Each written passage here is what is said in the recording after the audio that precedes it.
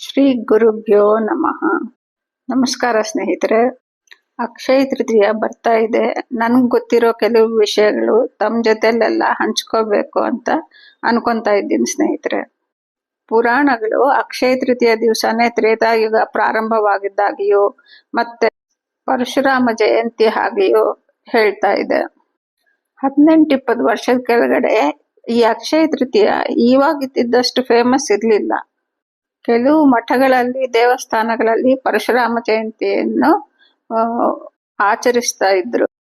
ಇವಾಗ ಅಕ್ಷಯ ತೃತೀಯ ಅಂದ್ರೇನೆ ಬಂಗಾರ ಖರೀದಿ ಅಂತ ಅನ್ಕೊಂಡ್ಬಿಟ್ಟಿದ್ದಾರೆ ಜನ. ಅಕ್ಷಯ ತೃತೀಯ ದಿವಸ ಬಂಗಾರ ಖರೀದಿ ಸರಿನಾ ಇಲ್ವಾ ಅಂತ ನೋಡೋಣ. ಅದಕ್ಕೂ ಮುಂಚೆ ಅಕ್ಷಯ ತೃತೀಯ ಅಂದ್ರೆ ಏನು ಅಂತ ಅದನ್ನ ವಿಚಾರಿಸೋಣ. ಅಕ್ಷಯ ಅಂದ್ರೆ ಕ್ಷಯ ಇಲ್ಲದ್ದು ಅಂತ. ಕ್ಷಯ ಅಂದ್ರೆ ನಾಶ ಆಗೋದು, ಅದು ಇಲ್ಲದ್ದು ಅಂದ್ರೆ ಯಾವತ್ತಿಗೂ. ಇವಾಗ 1 ಗ್ರಾಮ್ ಗೋಲ್ಡ್ ತಗೊಂಡಿದೀವಿ ಅಕ್ಷಯ ತೃತೀಯ ದಿವಸ ಅಂದ್ರೆ ಇನ್ನು ಯಾವತ್ತಿಗೂ ನಮ್ಮ ಹತ್ರ ಗೋಲ್ಡ್ಗೆ ಬಂಗಾರಕ್ಕೆ ಕೊರತೆನೆ ಬರಲ್ಲ ಅಂತ ಅರ್ಥ. ಅಕ್ಷಯ ತೃತೀಯ ದಿವಸ ಬಂಗಾರ ಖರೀದಿ ಮಾಡ್ಬೇಕಾ ಮಾಡಬಾರ್ದಾ ಅನ್ನೋದು ಸ್ವಲ್ಪ ಹೊತ್ತು ಬಿಟ್ಕೊಂಡು ನೋಡೋಣ. ಮುಂಚೆ ಅಕ್ಷಯ ತೃತೀಯ ದಿವಸ ಏನೇನು ಮಾಡಬೇಕು ಅಂತ ನೋಡೋಣ. ಶ್ರೀಮನ್ನಾರಾಯಣ ಅಕ್ಷಯ ತೃತೀಯ ತಿಥಿ ಬಗ್ಗೆ ನಮ್ಗೊಂದು ವರ ಕೊಟ್ಟಿದ್ದಾರೆ. ಏನು ಅಂದ್ರೆ ಅಕ್ಷಯ ತೃತೀಯ ದಿವಸ ನಾವೇನೇ ಕೆಲಸ ಮಾಡಿದ್ರು ಏನೇ ಕರ್ಮ ಮಾಡಿದ್ರು ಅದು ಅಕ್ಷಯ ಆಗತ್ತೆ ಅಂತ. ಇದರ ವಿವರಣ ಇವಾಗ ನೋಡೋಣ. ಅಕ್ಷಯ ತೃತೀಯ ದಿವಸ ನಾವು ಯಾರಿಗಾದ್ರೂ 1 ಲೋಟ ನೀರ್ ದಾನ ಮಾಡಿದ್ರೆ ನಮ್ಗಿನ್ ಯಾವತ್ತಿಗೂ ನೀರ್ ಕೊರತೆ ಇಲ್ಲದೆ ನೋಡ್ಕೊಂತಾನೆ ಭಗವಂತ. ಈ ಜನ್ಮದಲ್ಲೇ ಅಲ್ಲ, ಇನ್ನೆಷ್ಟು ಜನ್ಮಗಳಲ್ಲಿ ನಾವು ಬಂದ್ರೂ ಕೂಡ, ಯಾವುದೇ ಯೋನಿಯಲ್ಲಿ ಬಂದ್ರೂ ಕೂಡ, ಅಂದ್ರೆ ಪ್ರಾಣಿಯಾಗೋ ಮನುಷ್ಯನಾಗೋ ಯಾವುದೇ ಇದಾಗ ಬಂದ್ರೂ ಕೂಡ ನಮ್ಗೆ ನೀರು ತೊಂದರೆ ಆಗದೆ ನೋಡ್ಕೊಂತಾನೆ. ಅಕ್ಷಯ ಫಲ ಅಂದ್ರೆ ಅದು. ಇದು ಒಂಥರ ಬಂಪರ್ ಆಫರೇ ಅಲ್ವಾ. ನಾವು ಬರೀ 1 ಲೋಟ ನೀರ್ ಯಾರಿಗಾದ್ರೂ ಕೊಟ್ರೆ ನಾವಿನ್ನ ಯಾವತ್ತಿಗೂ ನೀರ್ ಬಗ್ಗೆ ಯೋಚನೆ ಮಾಡೋಷ್ಟೇ ಇರಲ್ಲ. ದೇವ್ರು ನಮ್ಗೆ ಹೇಗೋ ಒಂದು ಸಿಗೋ ಹಾಗೆ ಮಾಡೇ ಮಾಡ್ತಾನೆ. ಇವಾಗ ಹಾಗಾದ್ರೆ ನಾವು ಏನೇನ್ ದಾನಗಳು ಕೊಡ್ಬೋದು ಈ ಅಕ್ಷಯ ತೃತೀಯ ದಿವಸ ಅಂತ ನೋಡೋಣ. ಇವಾಗ ಬಿಸಿಲು ಕಾಲ ಆಗಿದ್ರಿಂದ ನಾವು ನೀರ್ ದಾನ ಮಾಡ್ಬೋದು, ಮಜ್ಜಿಗೆ ದಾನ ಮಾಡ್ಬೋದು, ಛತ್ರಿ ದಾನ ಮಾಡ್ಬೋದು, ಚಪ್ಪಲಿ ದಾನ ಮಾಡ್ಬೋದು, ಬೀಸಣಿಗೆ ದಾನ ಮಾಡ್ಬೋದು.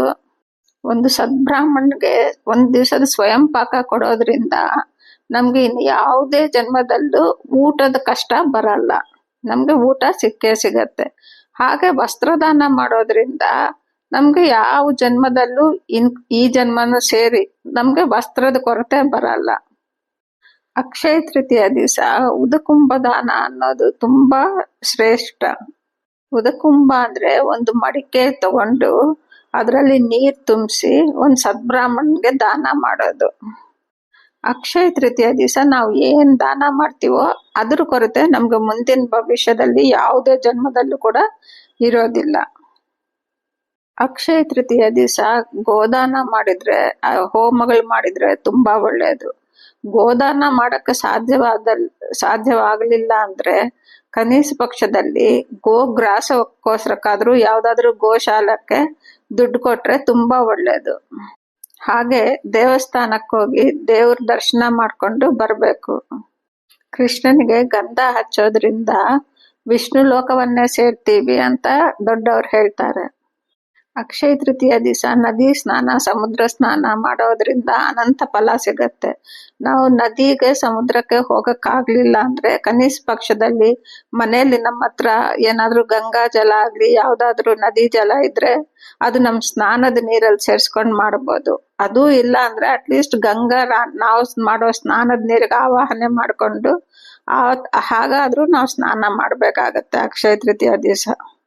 ಈ ದಿವಸ ನಾವು ದೇವ್ರಿಗೆ ಮಾಡೋ ಪೂಜೆ ಆಗ್ಲಿ, ಸೇವೆ ಆಗ್ಲಿ, ಹೇಳೋ ದೇವ್ರ ನಾಮ ಆಗ್ಲಿ ಎಲ್ಲ ಅನಂತ ಫಲವನ್ನು ತಂದು ಕೊಡತ್ತೆ ನಮ್ಗೆ. ಕಲಿಯುಗದಲ್ಲಿ ಭಗವನ್ ನಾಮನೇ ತುಂಬಾ ಶ್ರೇಷ್ಠ ಅಲ್ವಾ. ಹಾಗಾಗಿ ಆ ದಿವಸ ನಮ್ಗೆ ಸಾಧ್ಯವಾದಷ್ಟು ಸತಿ ದೇವ್ರ ನಾಮವನ್ನು ಹೇಳ್ತಾ ಇರ್ಬೇಕು. ಹಾಗೆ ನಮ್ಮ ಮಕ್ಕಳ ಹತ್ರ ಕೂಡ ಸಾಧ್ಯವಾದಷ್ಟು ದೇವ್ರ ನಾಮ ಹೇಳ್ಸೋದಾಗ್ಲಿ, ಬರ್ಸೋದಾಗ್ಲಿ. ಇದರಲ್ಲಿ ರಾಮನಾಮ ತುಂಬಾ ಪ್ರಾಮುಖ್ಯತೆ ಇರೋದು. ಮಕ್ಕಳನ್ನು ಕೂರಿಸ್ಕೊಂಡು ಒಂದು 11 ಬಾರಿನೋ 21 ಬಾರಿನೋ ಎಷ್ಟು ಸಾಧ್ಯವೋ ಅಷ್ಟು ಸತಿ ರಾಮನಾಮ ಬರ್ಸ್ಬೇಕು. ಇವೆಲ್ಲ ನಮ್ಗೆ ಅಕ್ಷಯ ಫಲವನ್ನು ಒಳ್ಳೆ ಫಲವನ್ನು ತಂದ್ಕೊಡುತ್ತೆ ಸ್ನೇಹಿತರೆ. ಇವಾಗ ಬಂಗಾರದ ಖರೀದಿ ಬಗ್ಗೆ ನೋಡೋಣ. ಬಂಗಾರ ಅಂದ್ರೇನೆ ಕಲಿ ಇರೋ ಜಾಗ. ಸೊ ನಾವು ಬಂಗಾರ ಖರೀದಿ ಮಾಡ್ಬೋದು ಅಕ್ಷಯ ತೃತೀಯ ದಿವಸ. ನಮ್ಗೂ ಅಕ್ಷಯವಾಗಿ ಬಂಗಾರನು ಸಿಗ್ಬೋದು ಮುಂದೆ ಭವಿಷ್ಯದಲ್ಲಿ. ಬಟ್ ಅಕ್ಷಯವಾಗಿ ಕಲಿಯನ್ನು ಕೂಡ ನಾವು ತಗೊಂತಾ ಇದೀವಿ. ಕಲಿಯಿಂದ ನಮ್ಗೆ ಒಳ್ಳೇದೇನು ಆಗಲ್ಲ, ಎಲ್ಲ ಕೆಟ್ಟದೇ ಆಗತ್ತೆ. ಅದಕ್ಕೋಸ್ಕರ ಬಂಗಾರವನ್ನು ಖರೀದಿ ಮಾಡಬಾರ್ದು. ಸ್ಪೆಷಲ್ ಆಗಿ ಅಕ್ಷಯ ತೃತೀಯ ದಿವಸ ಬಂಗಾರವನ್ನು ಖರೀದಿ ಮಾಡ್ಲೇಬಾರ್ದು. ಬಂಗಾರವನ್ನು ಖರೀದಿ ಮಾಡಿ ತಂದ್ಕೊಂಡಿದ್ದೀವಿ ಅಂದ್ರೆ ಕಲಿನ್ ಜೊತೆಲಿ ತಂದ್ಕೊಂಡಿದ್ದೀವಿ ಅಂತ ಅರ್ಥ. ಅದು ಸ್ವಲ್ಪ ಬಂಗಾರ ತಂದ್ಕೊಂಡ್ರು ಕೂಡ ಅಕ್ಷಯವಾಗಿ ಕಲಿ ಬಂದ್ಬಿಡ್ತಾನೆ. ಅಂದ್ರೆ ಜನ್ಮ ಜನ್ಮಕ್ಕೂ ನಮ್ ಜೊತೆಲಿ ಆ ಕಲಿ ಇದ್ದು ನಮ್ಗೆ ತೊಂದರೆ ಕೊಡ್ತಾ ಇರ್ತಾನೆ, ನಮ್ಮಿಂದ ತಪ್ಪುಗಳು ಮಾಡಿಸ್ತಾ ಇರ್ತಾನೆ. ಹಾಗಾಗಿ ಬಂಗಾರ ಖರೀದಿ ಅವತ್ತು ಮಾಡಲೇಬಾರ್ದು. ಬನ್ನಿ ಸ್ನೇಹಿತರೆ, ಏಪ್ರಿಲ್ 30 ಈ ವರ್ಷ ಅಕ್ಷಯ ತೃತೀಯ ಬರ್ತಾ ಇದೆ. ನಾವೆಲ್ಲರೂ ಪ್ರತಿಯೊಂದು ನಿಮಿಷನೂ ಸಾರ್ಥಕ ಮಾಡ್ಕೊಂಬೋಣ, ಮತ್ತೆ ಅಕ್ಷಯ ಫಲವನ್ನು ಪಡೆಯೋಣ. ನಿಮ್ಗೆ ಈ ವಿಡಿಯೋ ಇಷ್ಟ ಆಗಿದ್ದಲ್ಲಿ ದಯವಿಟ್ಟು ಲೈಕ್ ಮಾಡಿ ಮತ್ತು ಸಬ್ಸ್ಕ್ರೈಬ್ ಮಾಡಿ. ಧನ್ಯವಾದಗಳು ಸ್ನೇಹಿತರೆ. ಶ್ರೀಕೃಷ್ಣಾರ್ಪಣಮಸ್ತು.